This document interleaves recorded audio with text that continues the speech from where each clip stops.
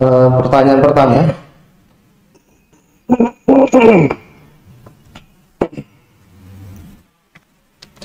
Assalamualaikum warahmatullahi wabarakatuh. Waalaikumsalam warahmatullahi wabarakatuh. Ustaz, ini ada pertanyaan. Untuk sholat sunnah rawatib lebih baik dilaksanakan di rumah atau di masjid, khususnya untuk sholat qobliyah subuh. Nabi SAW pernah menyebutkan, afdalu salatil mar'i fi baitihi illal maktubah. Salat terbaik yang dilakukan oleh seseorang adalah salat yang dilakukan di rumahnya kecuali salat wajib. Dan manfaat salat yang dilakukan di rumah akan menjadi cahaya bagi penghuni rumah. Sehingga kalau rumah kita ingin jadi rumah yang baik, rumah yang nyaman untuk ditempati, maka berikan suasana ibadah dalam rumah kita dengan melaksanakan salat, yaitu salat sunnah, dan melaksanakan bacaan Quran dan ibadah yang lainnya. Namun ada pertimbangan begini, kalau saya sholat sunnah di rumah, saya ketinggalan di masjid, sehingga setiap kali sholat sunnah di rumah sampai masjid ketinggalan 1 rakaat, atau minimal nggak dapat shaf pertama, atau faktor yang lain. Ya? Kalau ada seperti itu kondisinya, lebih baik mana? Saya berangkat sebelum subuh, sehingga sampai di masjid bisa dapat shaf pertama, lalu saya yang kerjakan sholat sunnah di masjid untuk qobliyah subuh di masjid, tapi saya tidak bisa qobliyah subuh di rumah. Namun saya bisa dapat shaf pertama, tidak ketinggalan imam dan seterusnya. Ataukah saya sholat di rumah, tapi nanti ketika sampai di masjid saya tidak bisa dapat shaf pertama, atau ketinggalan takbiratul ihram imam, bahkan kadang ketinggalan 1 rakaat. Mana yang lebih baik? Wallahu ta'ala alam. Ada satu kaidah. Kaidah ini mengatakan ilhaqul far'i bi aslihi, bahwa dalam menilai sesuatu maka lihat ini cabang dari amal apa.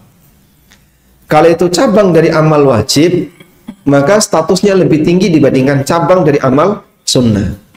Saya ulang ya, apabila ada amalan yang merupakan cabang dari amal wajib berbenturan dengan amalan yang merupakan cabang dari amal sunnah, maka amalan yang menjadi cabang amal wajib lebih didahulukan daripada amal cabang sunnah.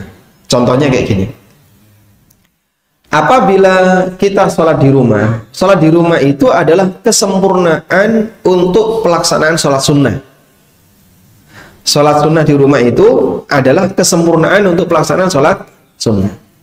Sehingga anjuran sholat di rumah itu adalah turunan dari sholat sunnah. Dipahami ya? Sementara dapat takbiratul ihram imam, tidak ketinggalan dengan imam, dapat shaf yang pertama, itu kesempurnaan sholat wajib. Dipahami insyaallah? Baik. Berarti memperhatikan dapat shaf pertama, memperhatikan dapat takbiratul ihram, itu turunan dari sholat wajib. Sementara memperhatikan sholat di rumah itu turunan dari sholat sunnah. Maka turunan wajib lebih didahulukan daripada turunan sunnah. Sehingga dalam hal ini sebaiknya Anda kerjakan sholat sunnah itu di masjid agar tidak ketinggalan takbiratul ihram dan tidak ketinggalan imam, bahkan bisa di shaf yang pertama. Wallahu a'lam. Assalamualaikum. Waalaikumsalam. Pertanyaan yang kedua dari 3 pertanyaan. Pertanyaan kedua, Assalamualaikum Ustaz. Waalaikumsalam warahmatullahi. Jika kita tahu imam Al-Fatihahnya salah, bolehkah di tengah sholat kita niat sholat munfarid dalam kurung tidak berjamaah agar sholatnya tidak batal? Jazakumullahu khairan. Jika kita qadarullah ketemu dengan imam yang bacaan Fatihahnya salah ya, bolehkah kita niat sholat munfarid? Jadi misalnya ketika kita sholat, kita kan baru tahu kualitas bacaan imam setelah dia membaca. Kalau di awal karena belum kenal, mungkin kita nggak tahu. Begitu keluar bacaannya, jadi kita tahu, oh kayak gini kualitas bacaan imam. Nah, masalahnya posisi Anda sudah takbiratul ihram. dan sudah berlangsung beberapa detik, bahkan beberapa menit, mungkin nggak sampai semenit ya, sehingga Anda sudah berlangsung sekian sesi sholat. Nah, ketika sudah berlangsung sekian sesi, kemudian switch, yang awalnya sholat jamaah jadi sholat sendirian. Ini boleh nggak kayak gini? Karena dia pindah niat. Kalau sholat itu sholat muayyan, maka kaidahnya pindah niat nggak boleh. Sehingga yang boleh adalah mufarokoh. Mufarokoh itu berarti memisahkan diri dari jamaah dan kemudian diulangi dari awal. Cuman pertimbangan mufarokoh itu perlu melihat suasana. Kalau saya mufarokoh, meninggalkan jamaah, lepas dari jamaah, lalu sholat sendirian, nanti akan dituduh macam-macam oleh masyarakat. Mungkin bisa jadi dituduh, oh dia mengkafirkan imam, dia mengikuti aliran Khawarij, mungkin dia ini ISIS, atau mungkin dia Islam jamaah yang mengkafirkan selain kelompoknya. Wah, ada banyak macam-macam tuduhan. Padahal beliau ini yang wakaf masjid, kan mengkhawatirkan jadinya. Maka mungkin sebaiknya Anda bertahan saja dulu sampai sholat selesai, lalu setelah itu mengulangi. Sehingga dalam hal ini kita sholat 2 kali. Sholat pertama dalam rangka ta'liful qulub, agar tidak ganggu suasana persaudaraan dan persatuan. Sholat yang kedua, sholat yang kita lakukan untuk mengganti yang tadi, sebab tadi imamnya belepotan ketika baca Al-Fatihah. Wallahu a'lam. Jazakallahu khairan Ustaz. Assalamualaikum. Barakallahu fiik. Pertanyaan yang ketiga. Assalamualaikum warahmatullahi wabarakatuh. Waalaikumsalam warahmatullahi wabarakatuh. Semoga Allah senantiasa memberikan keberkahan untuk Ustadz, Bu ANB dan pengurus DKM Masjid Raudatul Jannah. Amin. Ustadz, jika dalam sholat buang angin tanpa disertai kebelet, apakah sholatnya batal karena tidak ada suara dan atau tidak berbunyi? Baik. Ada sebuah hadis di mana seorang sahabat lapor kepada Nabi sallallahu alaihi wasallam. Ya Rasulullah, saya itu sering ada gangguan perut. Sehingga seolah-olah saya itu ngentut, seolah-olah. Kemudian apa yang harus saya lakukan? Sahabat ini adalah sahabat yang punya penyakit was-was. Punya penyakit was-was itu seolah-olah dihantui dengan seperti ngentut. Kayaknya kok seolah-olah ngentut ya. Isinya cuma kayaknya. Jangan-jangan. Itu kalau penyakitnya bapak-bapak, seolah-olah ada yang netes. Ada orang yang sampai nangis Pak gara-gara masalah ini. Bingung dia, itu kok seolah-olah ada yang netes ya. Kemudian cek di kamar mandi, nanti dibersihkan lagi. Ya sampai basah semua. Celananya basah, sehingga dia sarungnya basah. Kadang untuk sekali sholat dia bisa bolak-balik ke kamar mandi. Ketika rukuk, kayaknya kok ada yang netes. Nah, orang kalau punya penyakit seperti ini, jika dia bertanya, maka saya akan memberikan 3 indikasi. 1, orangnya masih muda. Dia nggak punya penyakit. 2, dia tidak punya catatan punya penyakit ekskresi, organ ekskresi. Yang ketiga, itu hanya terjadi ketika sholat. Maka bisa saya pastikan ini bukan penyakit netes yang asli, ini was-was setan. Saya sarankan kepada orang ini, coba kamu wudhu, setelah wudhu futsal. Netes nggak? Enggak. Setelah wudhu futsal dia nggak netes. Netes ketika kapan? Habis wudhu mau sholat, terasa netes. Habis wudhu futsal, beral futsal dengan sholat lebih banyak gerakan mana Pak? Ini habis wudhu dia futsal, nggak ada perasaan apapun. Setan godanya waktu mau sholat. Dan itu bukti bahwa sebenarnya dia nggak punya masalah tersebut.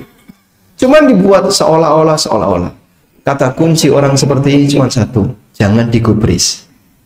Tapi Pak, jangan digubris. Tapi selama kamu masih berarti belum sembuh. Berkali-kali orang itu tanya, tapi selama Bapak masih tanya belum sembuh. Tapi lagi. Pokoknya jangan tapi. Jangan digubris tanpa tapi. Sembuh sudah. Ya, baik. Sembuh dia. Tapi, masih tapi. Selama kamu masih balik lagi tanya, berarti sebelum dia belum sembuh. Sudah, nggak usah digubris tanpa tapi. Anda wudhu, selesai wudhu, sholat. Kalau masih ada perasaan kayak gitu, nggak usah digubris. Nah, itu yang dimaksud jawaban Nabi SAW. Orang ini karena punya penyakit was-was, maka beliau diberi fatwa khusus untuk orang was-was. Dan fatwa itu tidak berlaku umum. Lalu beliau mengatakan, la tansarif hatta tajidarihan au tasma' sautan. Jangan kau batalkan sholatmu sampai kau mencium bau kentut atau mendengar suara kentut.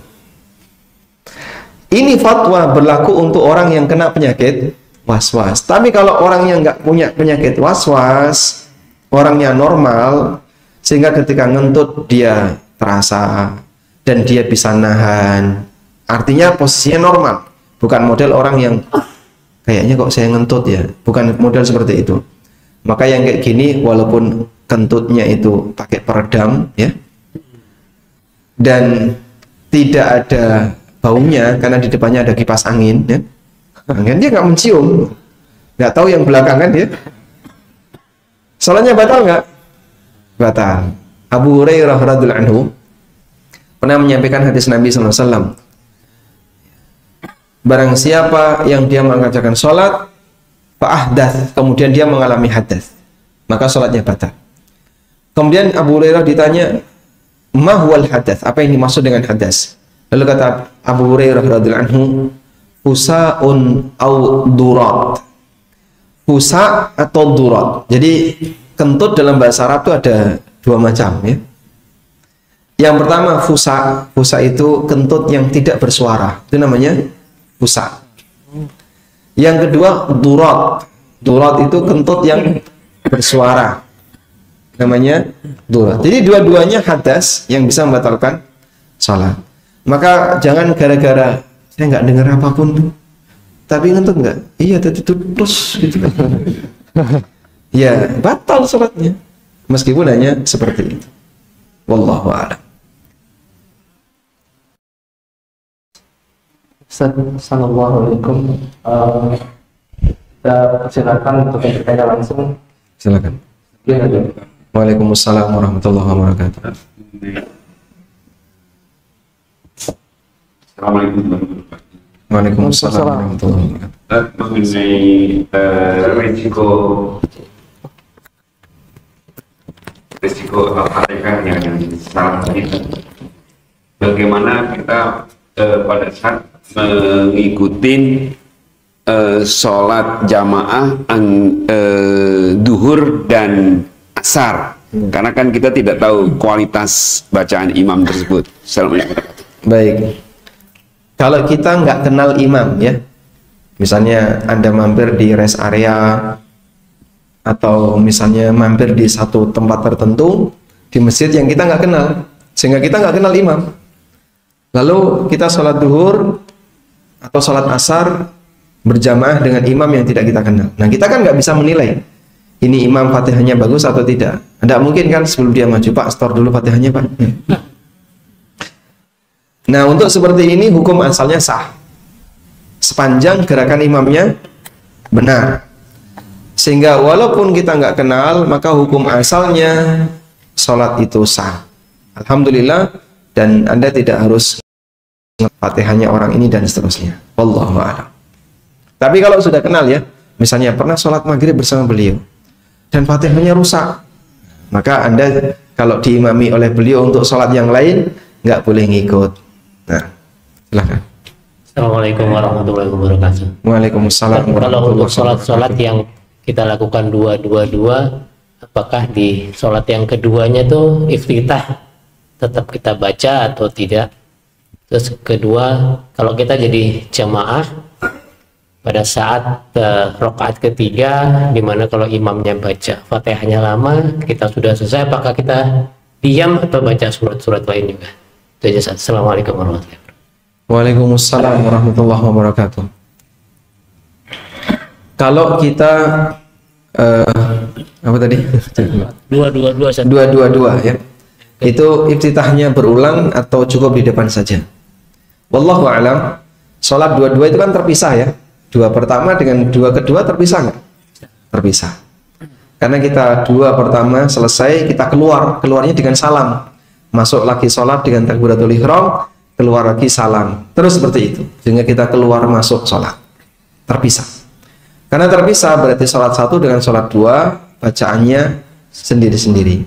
Sehingga iftitah satu tidak berlaku untuk iftitah dua. Maka Bapak bisa ulang iftitah pertama, kedua, dan seterusnya. Yang kedua, apabila kita di rakaat ketiga atau keempat, imamnya bacaan Fatihahnya lama. Kok nggak ruku-ruku? Padahal saya sudah selesai Fatihah. Apa yang harus dilakukan? Ataukah baca surat?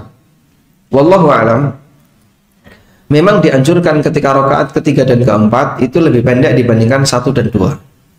Meskipun ada riwayat di mana di rakaat ketiga dan keempat terkadang bukan rutin Nabi SAW baca surat. Maka dalam rangka mengisi kesempatan ini silahkan Anda baca surat. Ada satu kaidah. Jangan jadikan waktu sholat Anda nganggur. Jangan jadikan waktu sholat Anda nganggur. Contohnya gimana? Sudah selesai tasyahud, bacaan tasyahud udah beres, komplit semua. Imamnya nggak salam-salam. Jangan bengong, Pak. Sayang itu. Terus ngapain? Doa. Anda baca doa. Nah, terus gimana Pak doanya? Ya doa setelah tasyahud akhir, sebelum salam, termasuk waktu yang mustajab. Bapak pengen doa apa? Saya banyak permohonan. Ya silakan dibaca. Karena ini termasuk di antara waktu yang mustajab. Baik. Atau ketika Anda sujud, saya sudah baca 3 kali kok imamnya nggak bangkit-bangkit Pak. Ngapain kita? Jangan diam Pak. Tambahkan. Subhana rabbiyal a'la. Tambahkan terus. Subhana rabbiyal a'la, subhana rabbiyal a'la. Sampai imamnya bangkit. Ketika Anda doa i'tidal, kita baca yang pendek. Rabbana lakal hamdu. Imamnya baca panjang. Rabbana walakal hamdu mil as-samawati wa mil al-ardi wa mil ama syi'ta min syai'in ba'du ahlus sana'i wal majdi ahakku ma qala al-abdu wa kulluna laka abdun Allahumma la mani'a lima a'taita wa la mu'tiya lima mana'ta. Anda cuman bengong, sayang. Ini mumpung imamnya lagi baca panjang kita ngikuti imam. Sehingga jangan sampai ada waktu kosong yang tersia-siakan dalam sholat. Dalam posisi ketika imam belum selesai, makmum manfaatkan untuk membaca yang lain, doa-doa yang lain. Begitu. Kalau hafalnya cuma satu gimana Pak? Diulang. Rabbana lakal hamdu, Rabbana lakal hamdu, Rabbana lakal hamdu, terus sampai imamnya sujud. Demikian pula dalam kesempatan yang lain. Misalnya sholat duhur atau asar, rakaat pertama kan baca surat. Anda rakaat pertama selesai Fatihah baca qul huwallahu ahad. Selesai. Imamnya baca surat An-Naba. Bukan panjang itu. Terus gimana Pak? Anda ulangi qul hu lagi. Tapi kok belum beres-beres, ganti surat Al-Baqarah. Jadinya Anda bisa baca lebih panjang. Wallahu a'lam.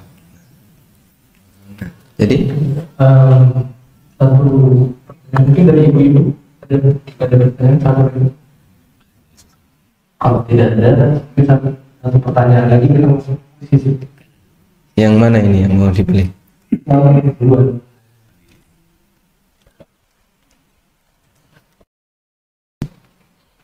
Assalamualaikum warahmatullahi wabarakatuh. Waalaikumsalam warahmatullahi wabarakatuh. Menyambung pertanyaan yang sebelumnya, bahwa memang imam ini kadang-kadang menjadi kita was-was di belakang. Kejadian setiap hari di tempat kami, kita tahu bahwa imam ini baca Quran aja susah. Maksudnya masih baca perkata, tapi diangkat menjadi imam. Penyebutan Allah aja nggak bisa, masih pakai aula. Aula. Iya. Allah jadi aula. Aula. Masya Allah. Jauh sekali. Itu tapi diangkat oleh DKM untuk menjadi imam rawatib. dan disebutkan bahwa imam duhur, asar, si fulan dan si fulan. Kita sebagai makmum tahu bahwa bacaannya nggak benar. Begitu kita datang, kadang-kadang kan imam ada 3 sampai 4 di tempat kita itu. Cuma kita nggak tahu imam yang mana.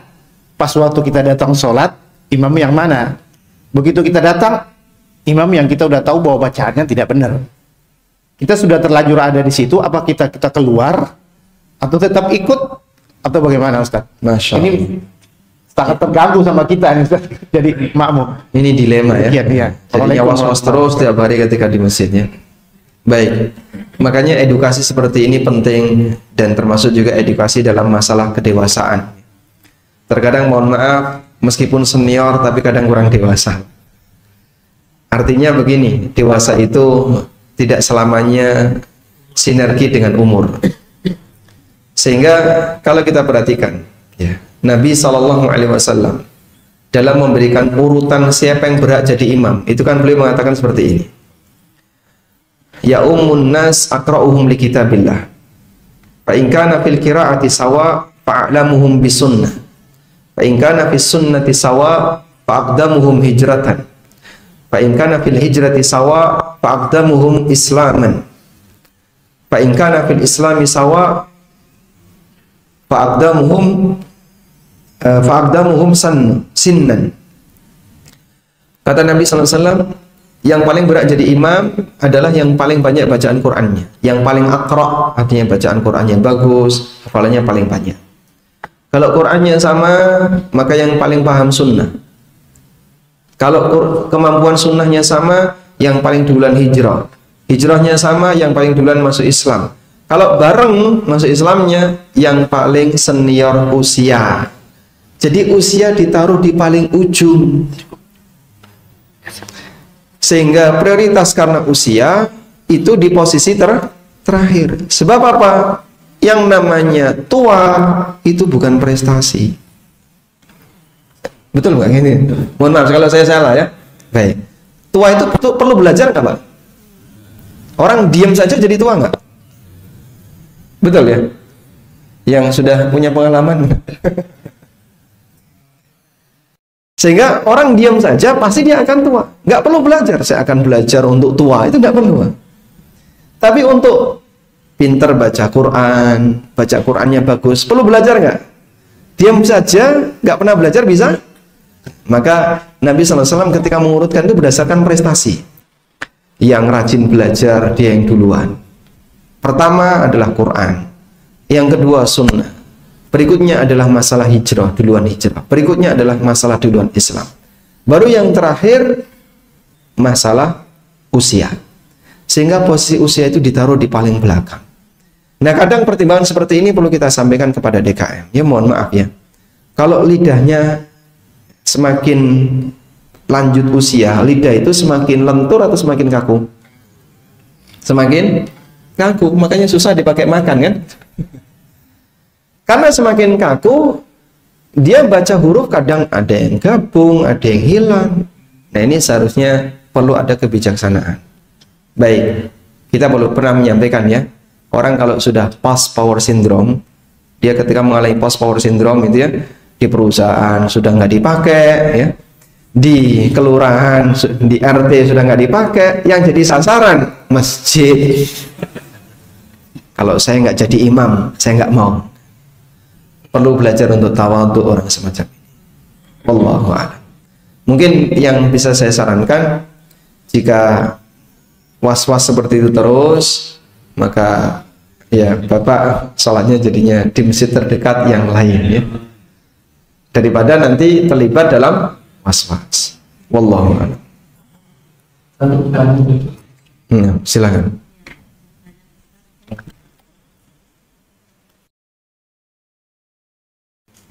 Ya, Ustaz mau tanya, kalau kita sholat berjamaah, waktu imam membaca Al-Fatihah, kita diam mendengar menyimak, terus setelah imam selesai baca Al-Fatihah, ada imam kita baca Al-Fatihah, ada imam yang diam sejenak, tapi ada juga yang langsung baca ayat surah.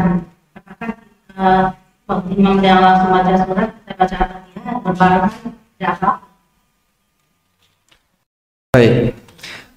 Untuk sholat jahriyah, jika imam membaca dengan keras, baik imam baca Fatihah maupun baca surat, apakah makmum disyariatkan untuk baca Al-Fatihah? Dalam hal ini ada dua pendapat. Jumhur mengatakan makmum baca Fatihah, tapi pendapat sebagian ulama mengatakan makmum tidak perlu baca Fatihah. Kenapa? Karena ketika imam mengeraskan bacaan, berarti kan harus ada yang mendengarkan. Kalau imam bacaannya keras, sementara makmumnya sibuk baca sendiri-sendiri, terus siapa yang mendengarkan? Dan Allah Subhanahu wa taala berfirman, "Wa idza quri'al Qur'anu fastami'u lahu wa ansitu la'allakum turhamun." Apabila dibacakan Al-Qur'an, maka perhatikanlah dan diamlah agar kalian dirahmati. Oleh karena itu, pendapat yang lebih kuat, meskipun dalamnya ada dua pendapat ya. Pendapat yang lebih kuat untuk sholat jahriyah, di mana imam membaca dengan keras, maka makmum cukup mendengarkan dari awal sampai akhir. Kecuali ketika makmum diam di bagian awal, maka imam diam di bagian awal, makmum nanti membaca doa iftitah. Dan Anda bisa baca doa iftitah versi 1, 2 secukupnya sampai imam mengeraskan bacaan Fatihahnya. Wallahu a'lam. Kalau makmumnya tetap mau baca Fatihah, waktunya kapan? Waktunya setelah imam selesai Fatihah.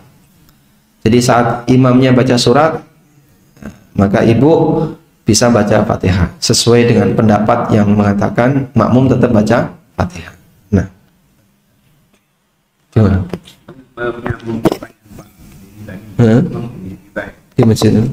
Bagaimana kalau kita bisa menyarankan pengurus bahwa taruh imamnya ratib yang tetap, yang bahannya bagus. Nah, kalau bisa seperti itu bagus sekali. Asal Bapak bisa mengubah kebijakan DKM ya. Misalnya disogok berapa ya. Jadi disampaikan ke DKM, ini dalam rangka untuk kemaslahatan bersama. Karena kan sholat ini bukan sholat pribadi dia. Di belakangnya ada banyak jamaah. Makmum-makmum ini berkepentingan. Sampaikan tentang ada satu video di ANB Channel tentang imam yang salah bacaan Fatihahnya, makmum batal. Dan saya sampaikan itu pendapat Syafi'iyah, pendapat Hambali. Kayaknya ada tulisannya itu. Pernyataan-pernyataan dan keterangan mereka. Mungkin bisa ditunjukkan. Coba kita perhatikan video ini. Mari kita pelajari dengan seksama. Semoga diterima. Ya. Karena kan kita mengikuti ulama ketika kita beramal ya. Dan penjelasan mereka demikian tegas agar nanti jadi bahan evaluasi. Nah, masalahnya mungkin akan menimbulkan ketegangan ya. Jadinya yang dilengsarkan tadi bisa jadi pindah partai nanti. Nah, itu yang bahaya. Wallahu a'lam. Assalamualaikum. Sesi berikutnya kita masuk Kuis. Baik. Pertanyaan yang pertama. Ini masjid apa namanya? Raudatul Jannah. Raudatul Jannah ya. Baik. Ketua Takmir Raudatul Jannah angkat tangan. Oh, langsung. Alhamdulillah. Barakallahu fikum, Pak. Syukran insyaallah. Ya. Gampang ya pertanyaannya ya. Hah? Oh, DKM ya. Nah, Sekretaris Takmir angkat tangan. Sekretaris Takmir sebelah mana? Oh, Masya Allah. Hah? Oh, boleh baik. Bendahara Takmir. Ada bendahara? Nggak ada, nggak hadir. Alhamdulillah. Baik, dapat hadiah. Masya Allah. Menantunya Takmir ada nggak? Nepotisme semua ya. Menantunya Takmir. Pertanyaannya sekarang. Silakan Pak. Oke, barakallahu fiik. Pertanyaannya ya. Sebutkan 3 syarat sholat. Untuk jamaah ada. Sebutkan 3 syarat sholat. 3. Angkat tangan dulu, angkat tangan dulu. Nah, baik. 1. niat, takbir, tumaknina. Keliru ya? Keliru. Ada yang lain? Baik, Ibu. Wudu.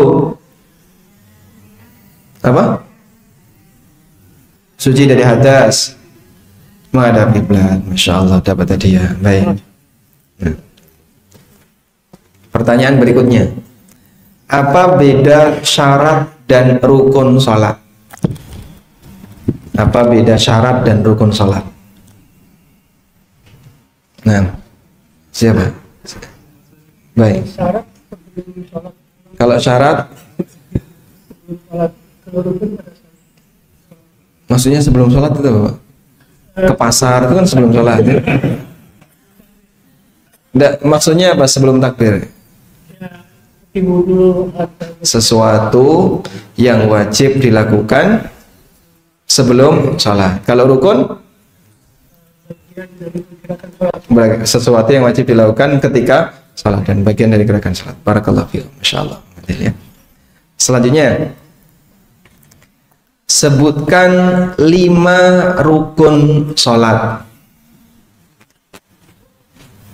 5 rukun sholat. Baik, siapa? Ibu kayaknya mau menjawab. 1. Niat. Niat itu rukun atau syarat? Rukun. Baik, gak apa-apa rukunnya. Ya memang ada khilaf. 5 baru 1. Takbiratul ihram. Baca Fatihah.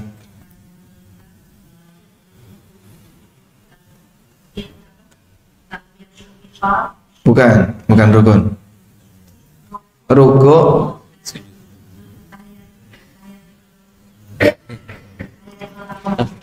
Tasyahud awal bukan rukun.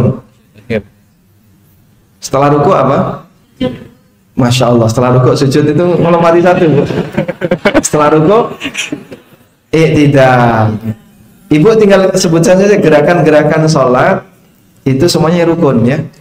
Gerakan-gerakan itu rukun. Contohnya apa tadi? Berdiri, ruku, i'tidal, sujud, di antara 2 sujud itu rukun semua. Dapat hadiah ya. Baik. Pertanyaan berikutnya. Siapa yang hafal doa iftitah lebih dari 1? Masya Allah. Yang kedua? Yang ketiga? Walhamdulillah. Baik, dapat hadiah. Baik, selanjutnya.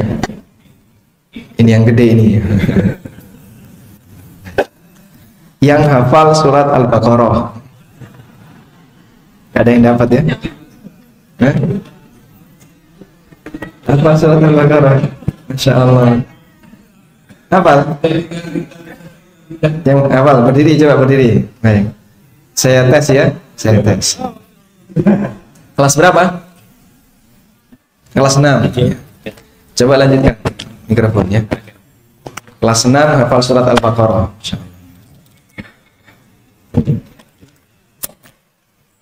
Lanjutkan ayat berikut. Wa idzi btala Ibrahim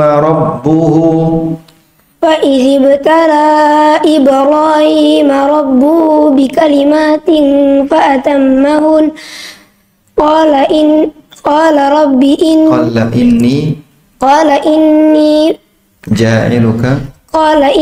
ja'al. Ini karena grogi ya. Dilihatin bapak-bapak semuanya masalahnya. Masya Allah. Baik, dapat hadiah ya. Alhamdulillah. Jazakumullah khairan. Baik. Walhamdulillah, demikian yang bisa kita sampaikan. Semoga menjadi ilmu yang bermanfaat. Allahumma anfa'na bima 'allamtana wa 'allimna ma yanfa'una warzuqna ilma. Wassallallahu ala nabiyyina Muhammadin wa ala alihi wa sahbihi wa sallam. Wa akhiru da'wana alhamdulillahi rabbil alamin. Wassalamualaikum warahmatullahi wabarakatuh.